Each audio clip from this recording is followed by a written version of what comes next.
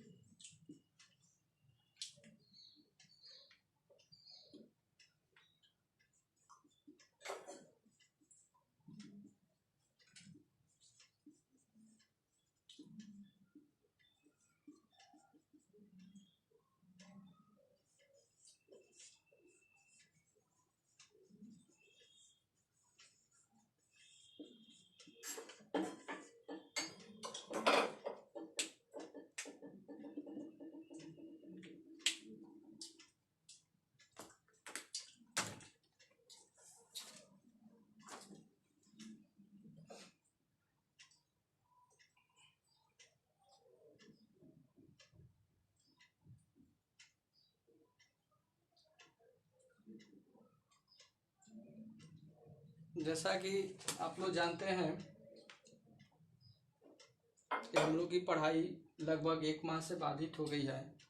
इसके उपलक्ष्य में हम आपके सामने ऑनलाइन पढ़ाने की व्यवस्था की, जिसमें आज हम लोग का प्रथम क्लास है और ये क्लास 10th की क्लास की समय है। टाइम आप लोग का 10 से 11 बजे दिया गया है। हो सकता है कि समय हम लोग आगे पीछे चेंज भी करें, जैसा प्रॉब्लम हम लोग के सामने आ रही है उसके अनुसार से हम लोग करेंगे। तो इसमें जो भी छात्र छात्राएं बच्चे ऑनलाइन पढ़ाई कर रहे हैं उनसे मेरा एक छोटा सा निवेदन है कि अपने पढ़ने वक्त जो भी मैं सब्जेक्ट दे रहा हूँ उस सब्जेक्ट को अपने पास किताब कॉपी कलम जो भी है अपने व्यवस्था लेकर बैठिए। जहाँ भी आपको दिक्कत महसूस होगी उसको आप मैसेज के माध्यम से या व्हाट्सएप के मेरे ग्रुप के माध्यम से भी कुछ दे सकते हैं या सुझाव भी दे सकते हैं। और सभी छात्र छात्राओं को मेरे तरफ से आप लोग का ऑनलाइन पढ़ने के लिए धन्यवाद। और अभिभावक जो भी बच्चे के साथ देख रहे हैं उनको भी मेरा प्रणाम स्वीकार हो। जो भी त्रुटि या सुझाव होगा हमें आप लोग दे सकते हैं। इसके लिए हम आपका कहा जाए तो सहभागी के तौर पर हम आगे आपको बढ़ाने के लिए कार्य करने का प्रयास करूंगा। अब मैं आपके सामने जहां तक हम लोग की पढ़ाई हो गई थी, आप सभी लोग जानते हैं कि ये नियम के अनुसार से हम कभी भी क्लास लेते हैं तो जो भी चैप्टर जो भी पढ़ाई होती है जब तक मैं उसका पूरी जानकारी नहीं दूंगा तब तक मैं आगे नहीं बढ़ता हूँ। एक छोटा से चीज लीजिए, आप छोटा क्लास हो या बड़ा से बड़ा क्लास हो, मेरी पढ़ाने की एक ही शैली है कि जो भी चीज़ होती है उसको मैं चाहता हूं कि अच्छे से अच्छे बच्चे को डील कर दिया जाए ताकि आगे उसको भविष्य में कभी ऐसा ना आए कि मैं ये चीज़ के बारे में नहीं जानता हूं। तो हमें याद है एक बच्चा ने बताया हमको कि सर आपने 3.2 में प्रवेश कर गए हैं। 3.2 से पहले मैं ग्राफ के बारे में भी बताया था कुछ, और उसी दिन ये क्लास हुआ, उसी दिन के बाद ये क्लास बंद हो गया, हम लोग के बाधित हो गया कोरोना के चलते। आज तक भी बाधित है, आगे जैसा आदेश होगा उस तरह से क्लास होगा। लेकिन जब तक आप लोग घर पे हैं तब तक ऑनलाइन पढ़ाई कीजिए और पढ़ाई में थोड़ा भी कमी नहीं होगी। बशर्ते ये चीज़ है कि आप यहाँ पे सामने पूछते हैं उसमें बात पूछेंगे, जवाब हम बात देंगे। आप इसमें डायरेक्ट पूछते थे तो उसी समय जवाब देता था। तो मैं आप लोग के 3.2 से पहले जो भी मैं पढ़ाई किया हूँ उसका नोट में PDF फाइल बना करके डालूंगा। जिस तरह से मैं पढ़ाता हूँ, जिस तरह से मेरी पढ़ाने की शैली है वो PDF फाइल बना करके डाल दूंगा। और ये मैं 3.2 का मैं प्रश्नावली पहला मतलब प्रश्नावली 3.2 के पहला क्वेश्चन से मैं स्टार्ट करता हूं, जो ग्राफीय विधि से भी हल करना है और रैखिक समीकरण युग्म को बनाना है, जिसमें मैं 1 और 2 क्वेश्चन शायद बना दिया हूं कि नहीं बनाया हूं। मैं यहाँ पे 1 और 2 क्वेश्चन बनाता हूं, उसके बाद फिर आगे बढ़ता हूं। जैसा आप लोग का सुझाव होगा कि कहाँ तक पढ़ाई हुआ है, उसके बारे में मैसेज देंगे तो फिर हम आगे नेक्स्ट क्लास की ओर चलेंगे। तभी मैं स्टार्ट करता हूँ प्रश्नावली 3.2। आप लोग किताब खोल लीजिए और कलम स्टार्ट कर लीजिए। 3.2 से हमारी स्टार्टिंग होगा आज क्लास।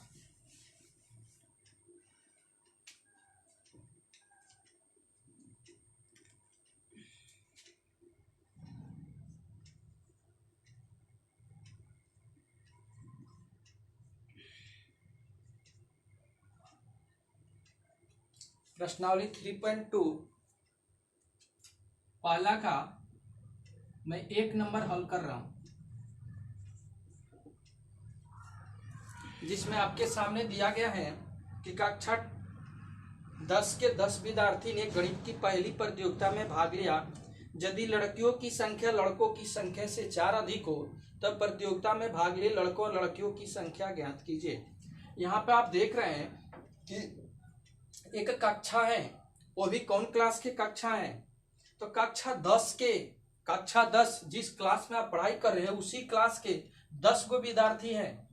10 विद्यार्थी ने एगो गणित के पहली प्रतियोगिता हो, गणित का पहली के मतलब हुआ कि गणित में भाग लिया गया, खेल के माध्यम से या किसी भी माध्यम से गणित के प्रतियोगिता हो रहा, उसमें 10 गो विद्यार्थी भाग लिया है।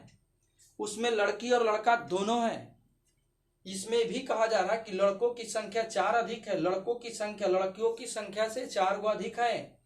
तो प्रतियोगिता में ये बताइए कि लड़का कितना था और लड़की कितनी थी, यही क्वेश्चन है।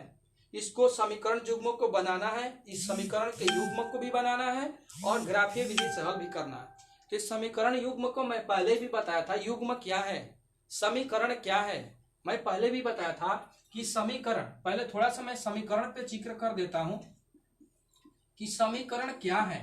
समीकरण इसका अंग्रेजी होता है इक्वेशन। मैं पूरे नियम बताया हूं समीकरण क्या है, समीकरण युग्म क्या है। तो मैं समीकरण पे जिक्र करता हूं, समीकरण क्या है। समीकरण चर और अचर जोड़ या घटाव के साथ सम्मिलित होता है और उसमें बराबर के बाद शून्य रहता है या कोई अचर राशि होती है, वो समीकरण है। जैसे चर और अचर, तो समीकरण में एक जैसे मैं देता हूं 2x + y = 10। ये देखिए इसमें बराबर है, समीकरण का एक पहचान है कि उसमें इक्वल होगा, बराबर होगा। जिसमें बराबर होता है वह समझ लेना है कि समीकरण है। दूसरी चीज चर और अचर, यहाँ पे चर x आपके सामने दिखाई दे रहा है और अचर 2 दिखाई दे रहा है, तो चर अचर के गुणा है। फिर यहाँ पे आ गया चर, दोनों मिलाकर के चर अचर से 2x + y बना बराबर 10, इसके बराबर 10 है, लेकिन यहाँ पे बराबर का चिन्ह है। तो जिसमें बराबर का चिन्ह होता है वो समीकरण होता है।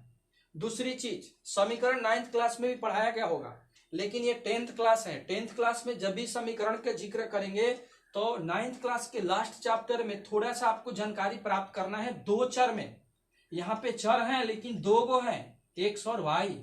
मैं चर पहले भी बताया था, चर क्या है। चर वास्तव में अगर समझा जाए तो चर A to Z को भी कह सकते हैं, मतलब A से लेकर Z तक चर, ये एक अज्ञात राशि है, इसको मानकर आप भर सकते हैं, वहां पे प्राप्त नहीं है, उसीलिए चर कहलाता है। चर मतलब जो ज्ञात नहीं है।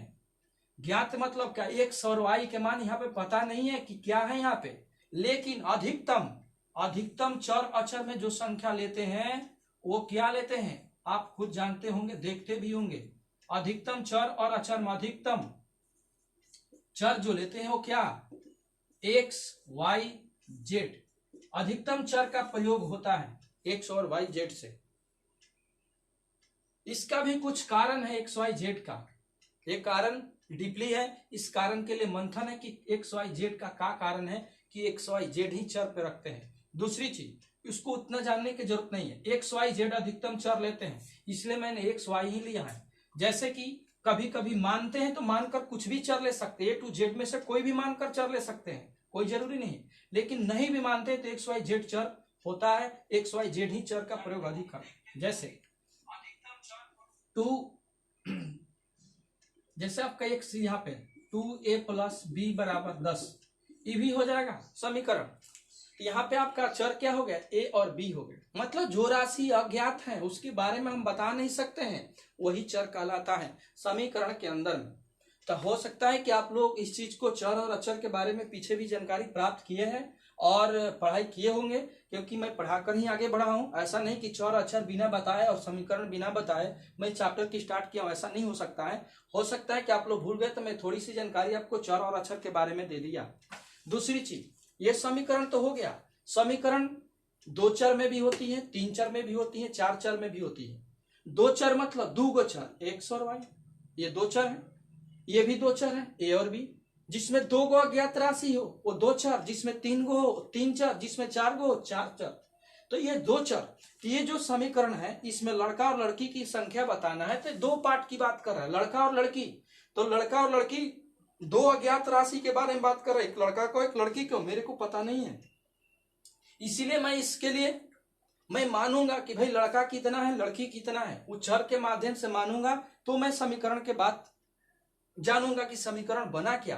तो सबसे पहले मैं अब चलता हूं समीकरण। हो सकता है कि आप लोग समीकरण चर अचर के बारे में जान गए होंगे, इसलिए इसको मैं मिटाता हूं, आगे की ओर बढ़ता हूं। फिर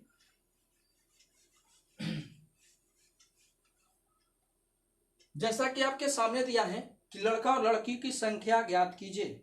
मेरे को पता नहीं है कि लड़का कितना है लड़की कितनी है, तो मैं क्या करता हूं, मैं मानता हूं। जब पता नहीं है तो मानता हूं। माना कि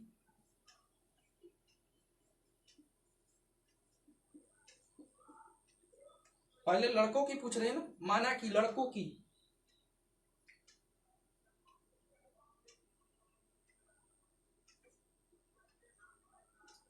की संख्या बराबर X। मेरे को पता नहीं है कि उस प्रतियोगिता में जो भाग लिया है लड़का की संख्या कितना है, तो मैंने मान लिया। देखिए माना तो X किया, मानकर ही लेंगे। अगर B चाहते हैं तो B भी लिख सकते, A भी लिख सकते, उसी रूप से ले चलेंगे। जो मानेंगे वो निकलेगा, वही अज्ञात राशि की मान होगा। माना कि लड़कों की संख्या बराबर X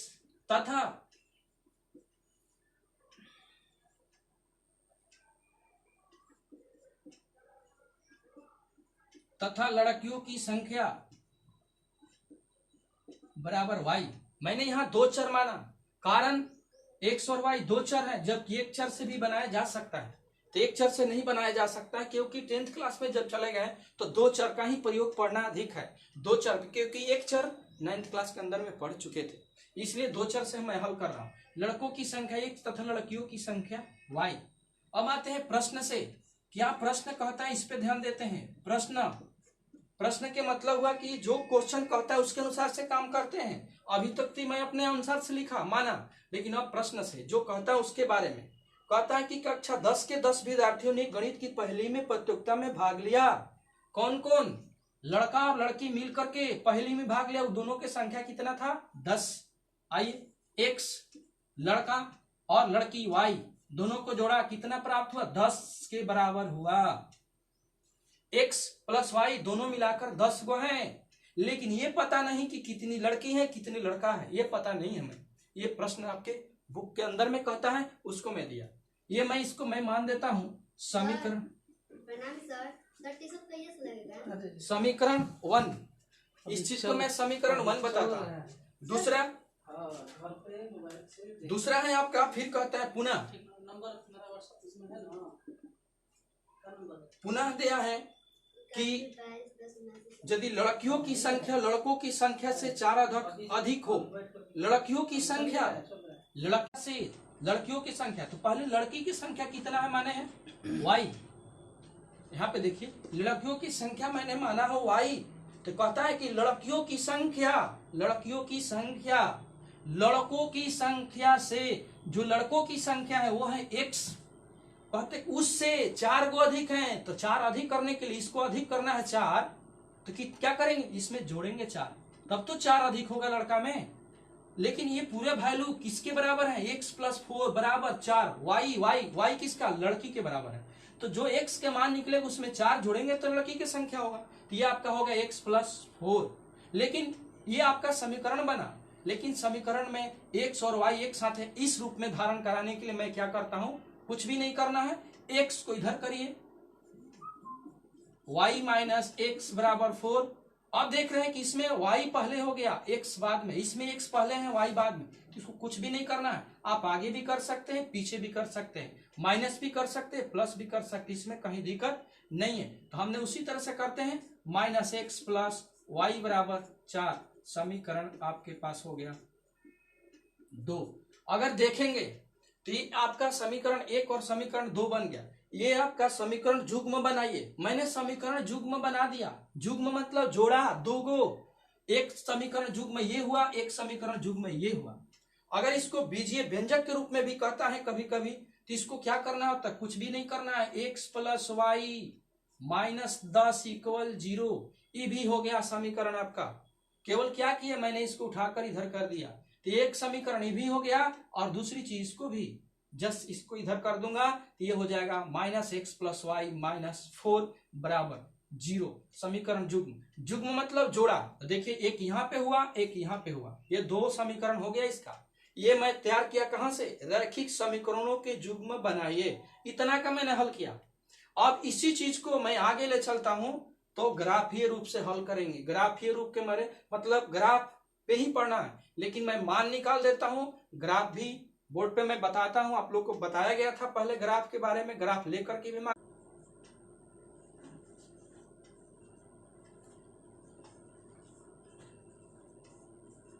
ग्राफीय विधि से अब लिखता हूं। समीकरण 1 लेता हूं,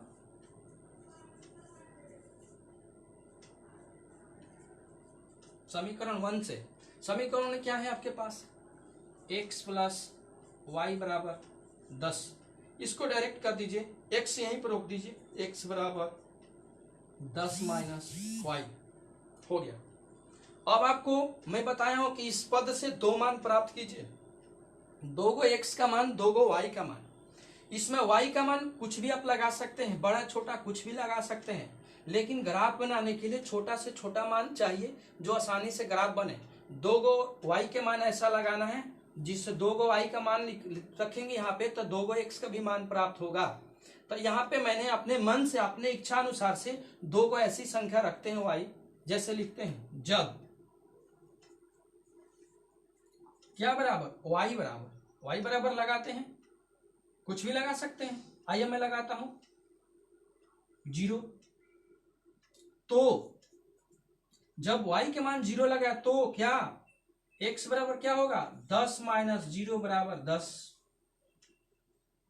फिर एक लगाता हूं, दो बोला हूं मैं, जब y बराबर 1 भी लगा सकते हैं, 2 भी लगा सकते हैं, 5 लगाता हूं 5, तो x बराबर 10 माइनस 5 इक्वल 5।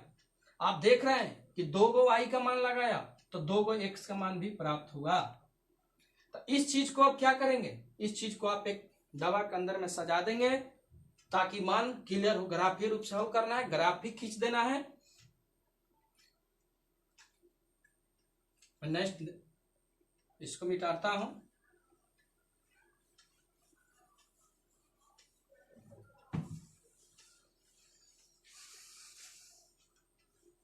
इसके बाद आगे आता हूं।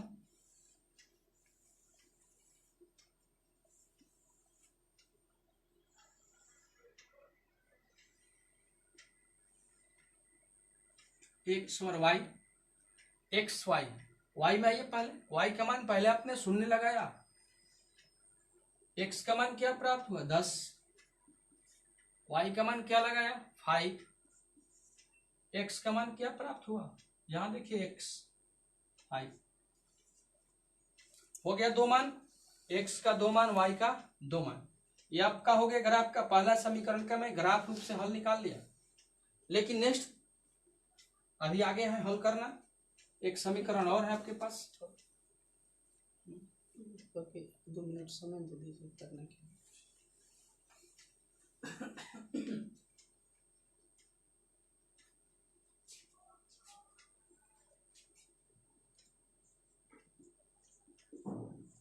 समीकरण 2 से, 2 आपके पास क्या था, -x + y = 4, शायद y = x + 4, ठीक है। -x + y = 4 था, मैं इसको लेता हूं y, इसलिए y रोक लेता हूं, तो x माइनस में तो उधर जाएगा तो प्लस में होगा, 4 + x हो गया। कह सकते हैं कि सर उसमें आपने x रोका था, इसमें y रोका क्यों? कोई दिक्कत नहीं है, दोनों में कोई भी मान रोक सकते हैं, कोई अंतर नहीं पड़ेगा। मैं इसलिए इसको रोका क्योंकि ये प्लस में था, ये माइनस में था। अगर इसमें से x को रोकता तो फिर माइनस इसमें चला जाता, तो माइनस के चलते मैंने क्या किया कि पॉजिटिव को रोक लिया और नेगेटिव को भेज दिया उधर, ताकि प्लस में शो हो जाए। फिर उसी तरह से जैसे उसमें मान मैंने लिखा, इसमें अब x का मानना पड़ेगा। जब x बराबर, आइए लगाते हैं 0, जैसे उसमें लगाए, कोई दिक्कत नहीं, तो y बराबर 4 + 0 = 4। जब x बराबर लगाइए 4, कोई दिक्कत नहीं है, 5 उसमें लगाए, 5 भी लगा सकते हैं। जब x बराबर 4, तो y बराबर 4 + 4 = 8। फिर इसका ऐसा ग्राफ डब्बा बनाएंगे, उस डब्बा में मान धरेंगे, इसको देखिए, इसके बाद फिर उसको मिटाते हैं, तो इसको फिर डब्बा में भरेंगे।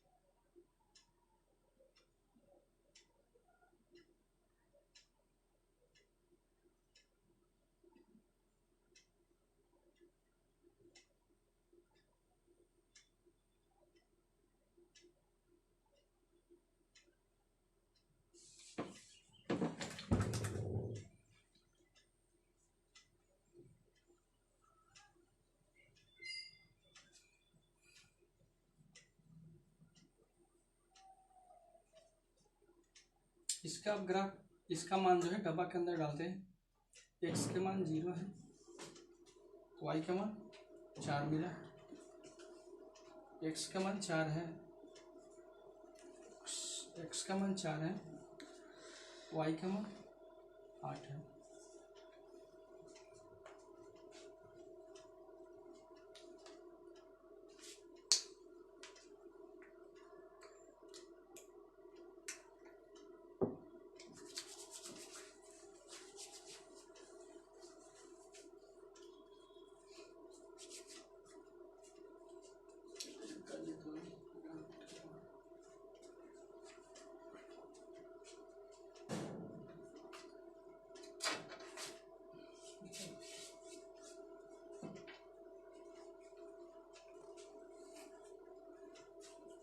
आइए अब ग्राफ खींचते हैं, कॉपी पर ही आप लोग खींचिएगा, क्योंकि आप लोगों के पास हो सकता है ग्राफ अभी नहीं उपस्थित होगा। ग्राफ पे खींच लीजिएगा, मैं बोर्ड पे खींचता हूँ।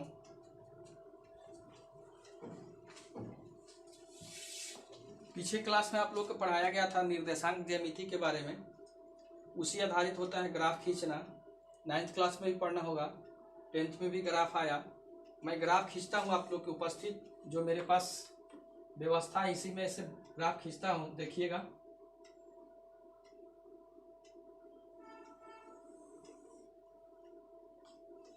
आप देख रहे हैं कि आपके मान में टोटल पॉजिटिव संख्या है, धनात्मक संख्या, ऋणात्मक एक भी नहीं है। हमने धनात्मक ही संख्या का प्रयोग करेंगे।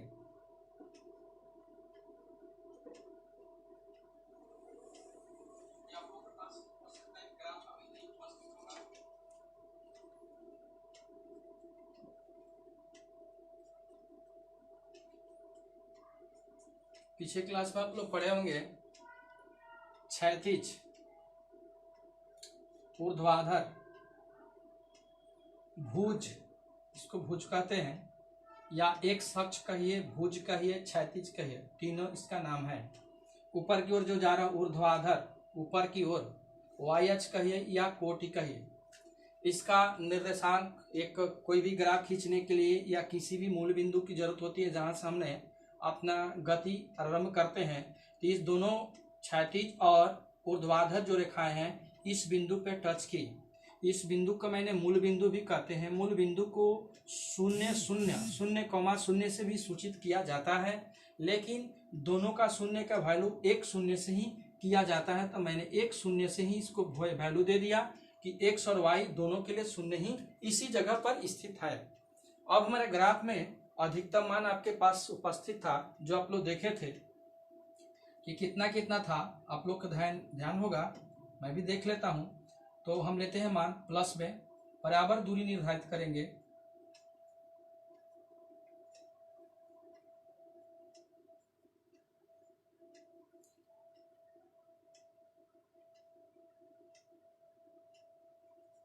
एक, दो, तीन, चार, 5, 6, 7, 8, 9।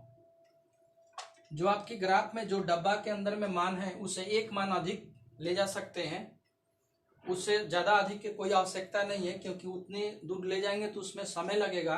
आपको मूल्य जो ग्राफ खींचना है उसी के आधारित आपके आंसर की प्राप्ति होगा, इसलिए उससे अधिक की जरूरत नहीं है। मैंने अपना खींच दिया क्योंकि मेरे पास मूल्य नहीं है, आप लोग के पास उपस्थित है, इसलिए एक मान अधिक चाहिए। जैसे 4 है तो 5 तक ले जाइएगा, अच्छा लगने के लिए, समझने के लिए, क्योंकि एक जगह बचा रहता है दोनों साइड में। अब मैं एक अक्ष को मैं लिया, एक वैल्यू इधर भी ले लेता हूं, ऐसे तो मान नहीं है इसमें, -1 -2। आप जानते हैं कि मूल बिंदु से दाहिने की तरफ चलते हैं तो धन का चिन्ह होता है, और बाएं की तरफ चलते हैं तो ऋण का चिन्ह होता है। ऊपर की ओर चलते हैं तो भी धन का चिन्ह होता है, नीचे की ओर चलते हैं तो भी ऋण का चिन्ह होता है। तो दोनों साइड में मैंने एक एक पॉइंट माइनस का भी दिखा दिया।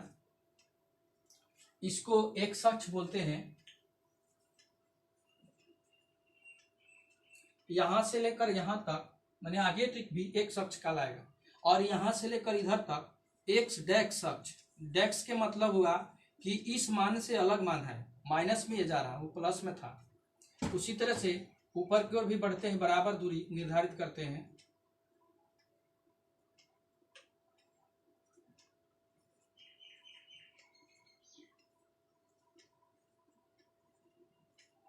ये वाई अक्ष हो गया, और नीचे की आएंगे उसी तरह से वाई डैक्स अक्ष। अब आप लोग के पास ग्राफ में जो डब्बा के अंदर में मान उपस्थित था वो आपके पास मालूम है, पीछे का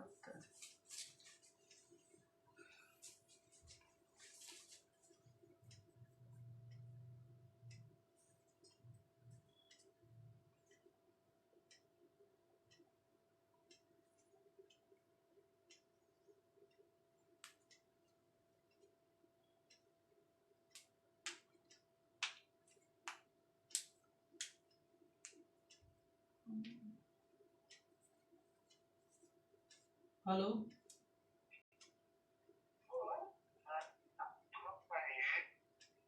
कौन बोल रहे हो? कौन बोल रहे हो बाबू?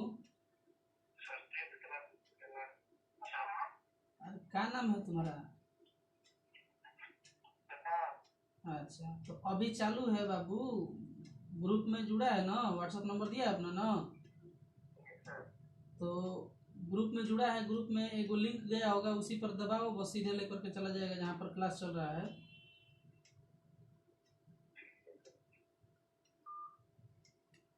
पीछे नहीं दिखाएगा।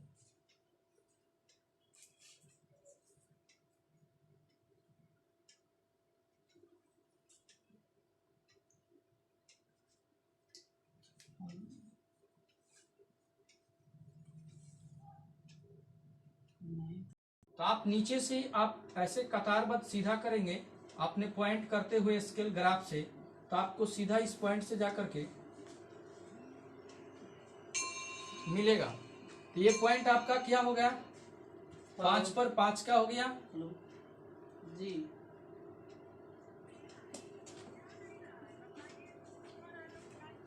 5 पर 5 हो गया, और ये हो गया आपका क्लास चल रहा है इसमें 0 पर 7 नहीं 9 क्लास का 10 0 पर 10 हो गया। ये जो मान मिला है पॉइंट वो 0 पर 10 का है, इसके बाद 5 पर 5 का है। अब क्या करिए, इस दोनों रेखा को मिला देते हैं। दोनों बिंदु से मैंने एक रेखा खींचता हूं,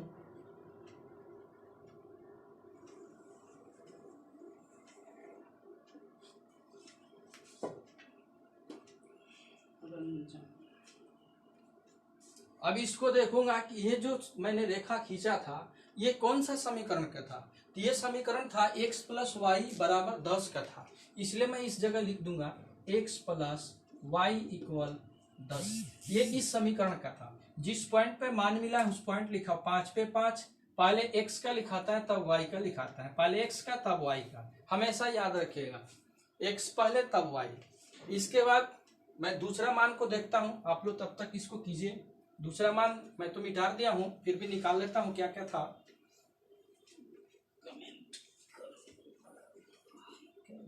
बस वैल्यू 0 कमेंट किया था, खा दिया है 5 5 दूसरा वाला में 5 5 5 5 तो हो गए, 5 5 हो गया, तो 10 0 था, 10 0 भी हो गया, 10 0 भी हो गया। वो दूसरा समीकरण था वाई x प्लस 4 का था ना, माइनस x प्लस वाई बराबर 4, वाई का 4 प्लस वाई, दूसरा में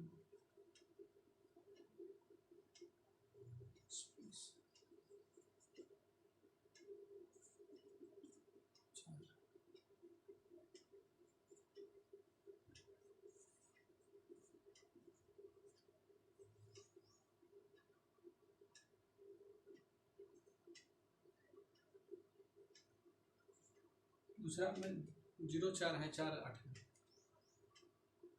का पता मान कोनो आएगा तो वही जगह आएगा, लेकिन दूसरा वाला मान बताइए, तो लिख रखना पड़ेगा कोनो पे। अच्छा, जो भी समस्या हो देखा जाएगा। सर्च ट्रायल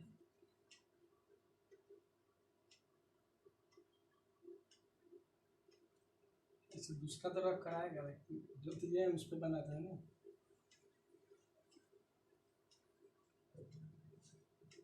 फेसबुक टिकटॉक पे बहुत ज़्यादा है, सब क्लास में आने में डिस्टर्बेंस हो रहा है लोगों को।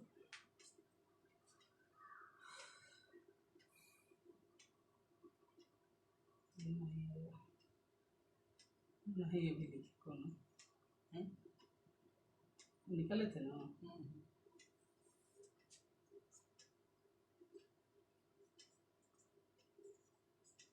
निकाल लीजिए इसको,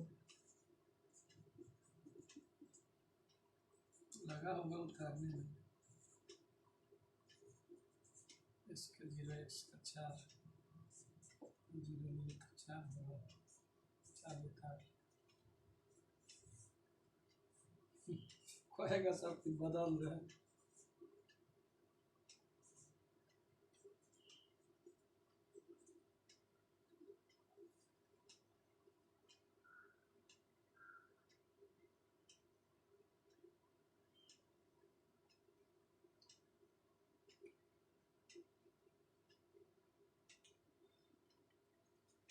चलिए बाबू, मैं सॉरी पीछे का मान मैं भूल गया, तो फिर मैंने निकाल लिया x का 0 पे 4, और x का जब 0 लिया तो मैं 4 y के प्राप्त किया, फिर 4 लिया तो 4 पे भी निकालता हूँ। आगे जो होगी देख लिया जाएगा, गलत नहीं होगा, कोई भी मान रखेंगे तो उसी का समीकरण का, इसलिए गलत नहीं होगा, बराबर ही आएगा। x का 0 0 सबके लिए हो गया, y का 4 वाई में 4 आपके पास यहाँ पर है, एक पॉइंट का बिंदु यहाँ पे मिल गया, आपका एक पॉइंट यहाँ पे मिल गया। दूसरा 4 पर 4 माने x का मान 4, y का भी मान 4, x का मान 4 और y का भी मान 4। तो देखिए 4 इधर से आएंगे और 4 इधर से आएंगे, तो दोनों पॉइंट इस जगह टच करता है 4 पे 4। तो ये क्या रेखा होगा, इस तरह से आपका खींचा जाएगा।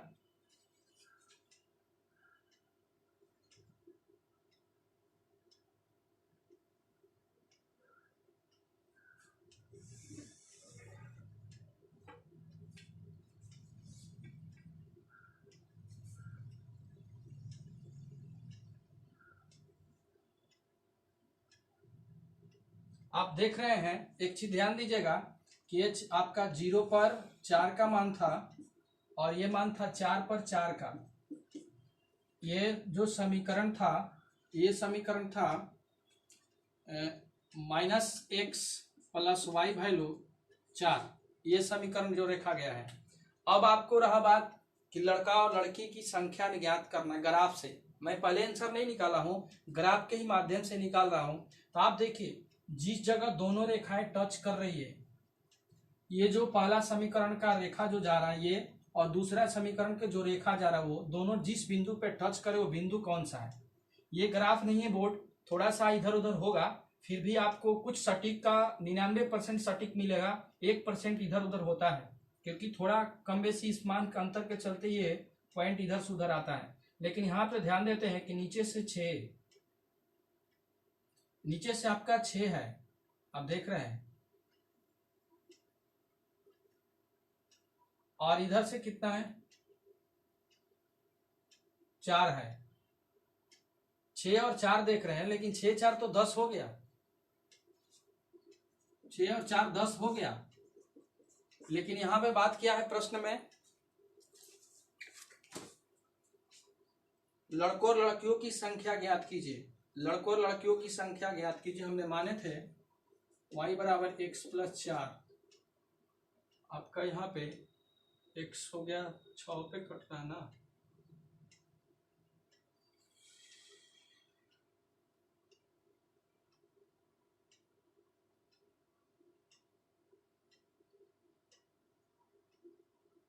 लड़कों की संख्या से 4 अधिक।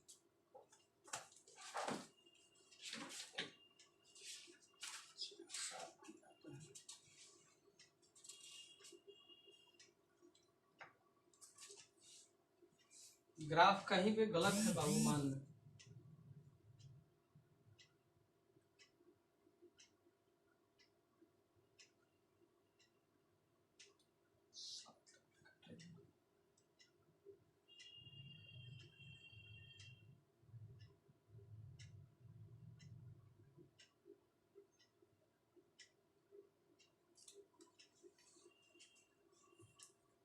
अच्छा 1 मिनट चेक कर लेते हैं, रुके।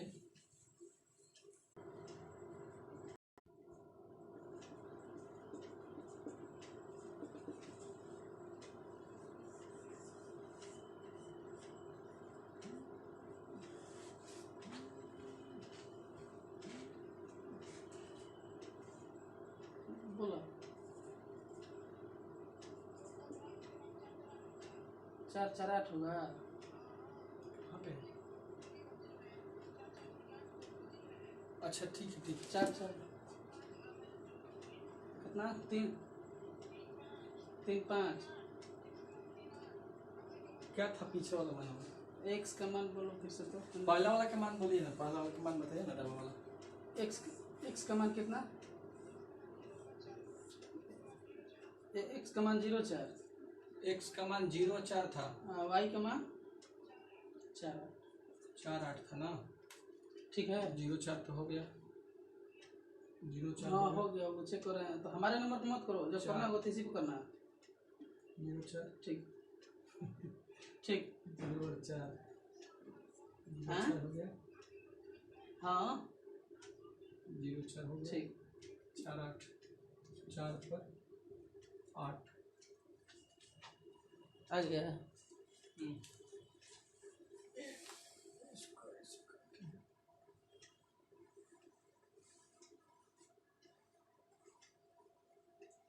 जो भी कमी होगा वो पूरा होगा धीरे धीरे। अच्छा तो पहला बार है ना। 0 पे 4 देखिए, पहले 0 है, 0 सबके लिए है। यहाँ पे 4 वाई का वैल्यू है, तो यहाँ पे 1 2 3 4 यहाँ पे चलिए, ये 4 है। 0 पे 4 आपका आ गया। और रहा 4 एक्स में, 4 यहाँ पे हो गया। 8 वाई में चल रहा है, 8 देखिए यहाँ पे है। यहाँ से ऊपर की ओर चलिए, 8 यहाँ पे हो गया। ये बिंदु आपका इस जगह पे कट रहा लगभग। अब इसको आप मिला दीजिए।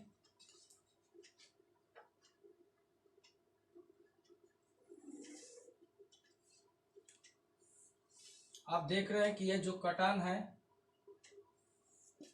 ये समीकरण जो था -x + y value, -x + y value 4 का 4 हो गया।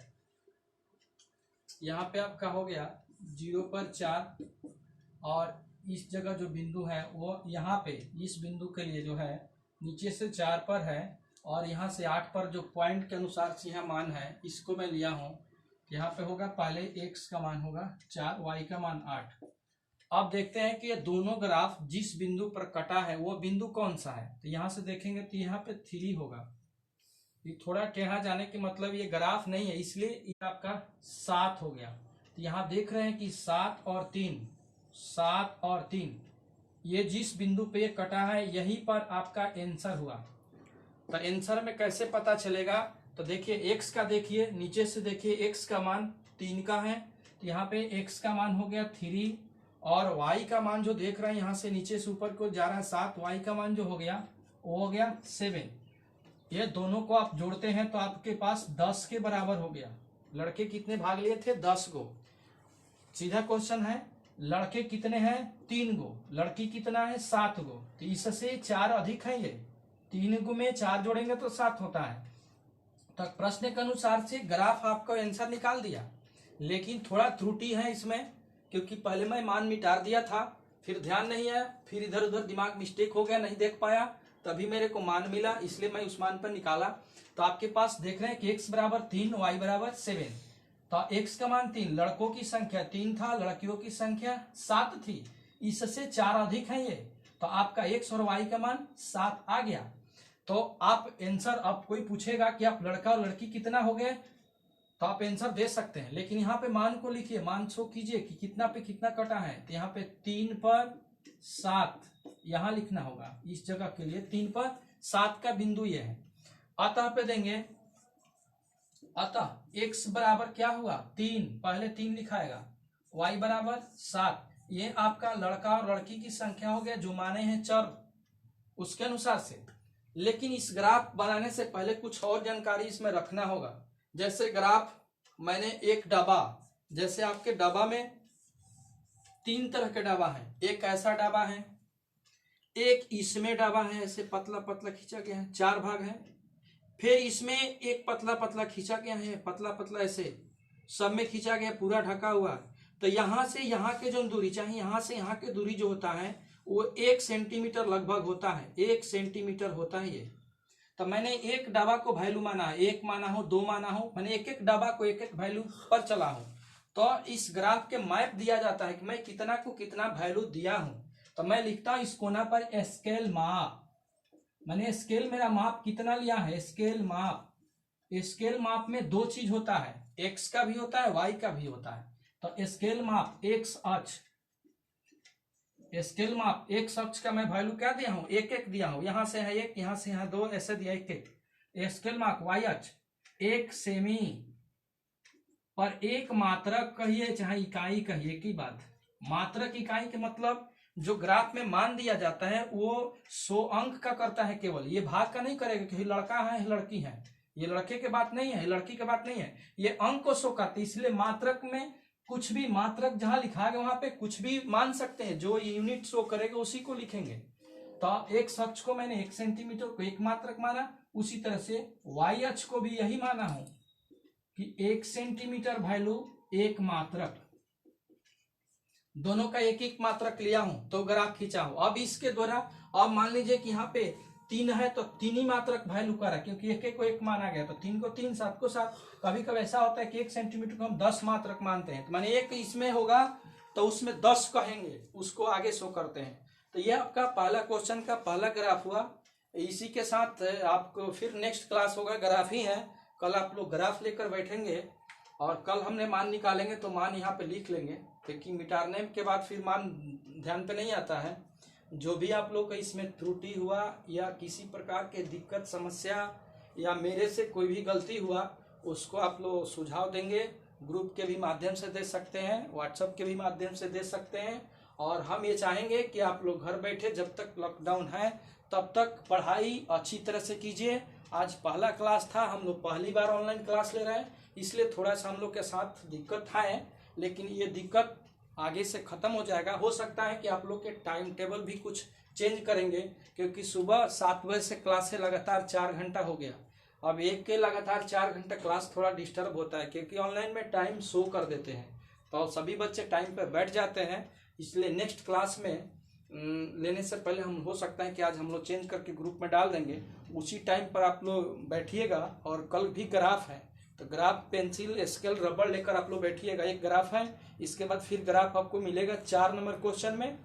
और कल भर गणित है, परसों फिर विज्ञान होगा, तो मैं विज्ञान ही पढ़ाऊंगा, क्योंकि सिलेबस के अनुसार से ही चलेंगे। जैसा होगा फिर आगे किया जाएगा। इसी के साथ आप सबको मेरे तरफ से धन्यवाद, और आप लोग का सुझाव सर्वमान्य है।